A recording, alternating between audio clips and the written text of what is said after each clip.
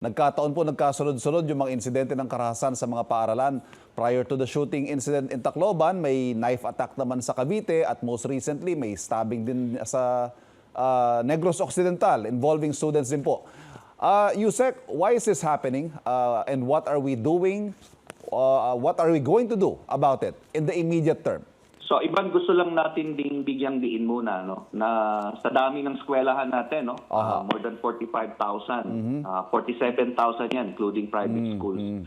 At alam naman natin na geographically talagang medyo challenge, no, yung locations ng mga schools natin. At sa dami, no, in terms of population, in terms of itong mga to, even though that we are not treating this as minor, no, but hindi naman talaga masasabi natin na sporadic ito or malawakan, no.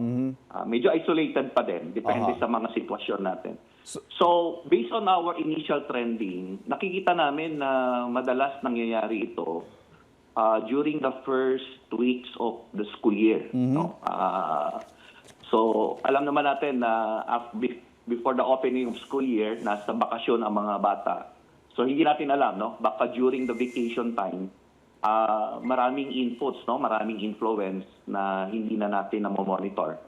And I think this is one thing na maganda itong naging platform ninyo dahil kailangan talagang pag-usapan at ang pakikipagtulungan ng bahay, no, ng tahanan, ng magulang, ng pamilya at ng eskwelahan. Kasi kahit naman sinasabi natin yung prinsipyo ng loco parentis, hindi rin naman lahat ng oras ay nasa paaralan ang ating mga mag-aaral, no, ating mga kabataan. So may mga panahon din na nasa bahay sila.